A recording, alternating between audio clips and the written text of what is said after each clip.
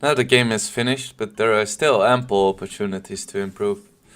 I mentioned this before in the in-game part, but once you are done with the game, you can start thinking about what you did right, or especially what you did wrong, in regards to the way you played and your playstyle. I realized that it's hard to identify your playstyle because basically you've been playing your playstyle since you started playing Dota, right?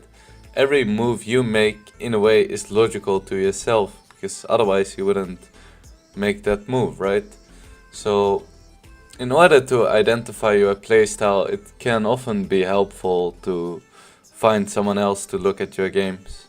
Maybe a coach, maybe just a friend, but if you can identify what your playstyle is, you can also identify what you are not good at. And not everyone is gonna need someone else for this. Some people can just check out their replays and see, hey, maybe I'm not doing this as much, or maybe I'm not very good at this, or maybe I'm very good at this, but I'm still not winning 60% of my games. And why is that? It's probably because you're not good at this, but this is a very, very difficult thing to find out, but if you do, it's probably gonna be one of the most helpful things. And this is not only for new players, this is for any player. I think the best player in the world could still use this to improve himself. So when you're done with the game, I like to distance myself from the result and think about every single thing in the game that I did right or wrong. For instance, I played a tournament match yesterday and I played a Monkey King and we ended up losing the game. And I was thinking about what I did right and wrong. And I think the things that I did right were the fact that I had really good early game rotations. In the first 20 minutes or something, I believe I had something like 6 kills and I didn't die once. And I was kind of proud of this because early game rotations on a safe laner tend to be very difficult. Like sometimes you just rotate to a tower and you end up giving a free lane to your offlaner and you don't get anything from it. So I was kind of proud of this, but later in the game, I think I built my items too defensively. I built a Lincoln's and I got a Nullifier, but I think I needed to buy a Rapier. Because this is the way that instead of not losing, you're gonna win. Or you're still gonna lose, but it's gonna give you a chance to win. And if you think about every single game like this, when you're done, when you just try to really think about every single thing you did right and wrong, even just thinking about that tiny thing is going to help you identify what you need to do better and how you can improve. So it doesn't matter if you win or lose, but you just need to think about everything you did wrong or right. Because sometimes you win a game, but you don't feel like you deserve it. And sometimes you lose a game and you don't feel like you deserve it. So in these situations, it's really easy to think about what you can do better, but also what you did right and how you can keep doing that thing. So this is a very easy thing and it doesn't take much time, but it's gonna give you some clarity on what to improve on. So next up, replays. A few years ago I was playing party with Miracle before he was actually this super famous player, because I know one of his friends, and he was already like one of the top MMR players, so I was kind of curious on how he did it, and he said that he watched every single replay from pubs that he played, and I was like baffled by this because I am a pretty lazy dude at times and watching replays is not really the most exciting thing. So I think watching replays from player perspective is very useful. However, I realize that not everyone is gonna have the drive to be the best player in the world. And replays can be pretty boring at times, even for someone who does want to be the best player in the world. So I have a pretty simple solution that is going to get you something out of replays, but it's not gonna take a lot of time. And the thing that I like to watch most in replays is just play it at like 8 or 16 times the speed and just only look for words, because not very often you notice that you're in word vision, but if you look at a replay, you're gonna see the way you move inside their words and the way they react to it. And just this simple thing of where and when they place words is just so easy, but it's so helpful to understand the way you move on the map and how you can do it better and how the enemy reacts to it. Just this one simple thing, just checking out their words. It's gonna take you like 5 minutes at most, but it's gonna give you so much. So try to do this after every single game. Just download the replay, check out the words, and go play your next game. It takes you 2 minutes, but it's gonna give you so much information. So then one more thing I like to do after a game is just take a walk. I mean, you are a human being and sitting is not very good for you. It's like kind of stops your blood from flowing naturally. You're gonna like get into a slumber mode, but if you take a walk every single once in a while, you get your blood flowing properly again and you're just gonna feel a bit better. It's just like the most basic thing ever, but a lot of people don't do this. So just take a small walk, guys. It's easy. So one more thing that's kinda nice is just to find someone, like I mentioned earlier, just some buddy or something to just talk about the game.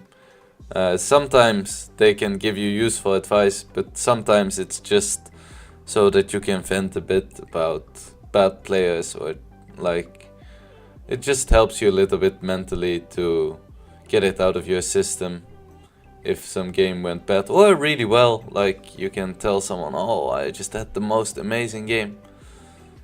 And for improving, it's not the most important thing, but I mean, it's always nice to have someone to talk to, and I mean, it can't really hurt, and it helps your mindset a little bit if you had a bad game, so might as well, right? So I mentioned in the intro that I would give you guys a few tips and tricks that you could use straight away. So here it goes.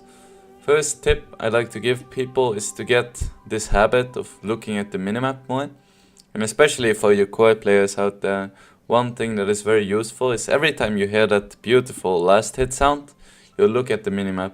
Because in that time you're gonna have the backswing animation, so your hero is basically useless anyway. So just use that fraction of a second to just look at the minimap, look at the enemy hero positions, and then continue farming. So every time you get a creep, you look at the minimap and you continue what you're doing. This way you make a habit out of it and you're gonna have a lot more map awareness.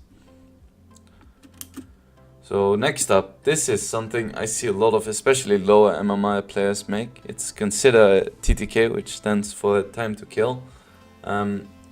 Sometimes you can get a kill on a hero. However, you need to realize that this is gonna take time, and the longer it takes and the closer it is to a tower, the more time you're giving the enemy team to respond. For instance, when you wanna gank a Visage and he's next to your tower and you know you can kill him, you also need to think about how long this is gonna take and how much time it's gonna give the enemy team, and if you can get away scuff-free too. So just keep in the back of your head that when you're going for something, you should try to do it as fast as possible, so you don't give the enemy team time to react, especially when you are trying to gank someone. So the next thing might sound a bit redundant, but this is the number one tip that Excalibur gave me for playing core especially, which is to minimize deaths, because when you're alive you can make all kinds of mistakes, but when you're dead you cannot do anything.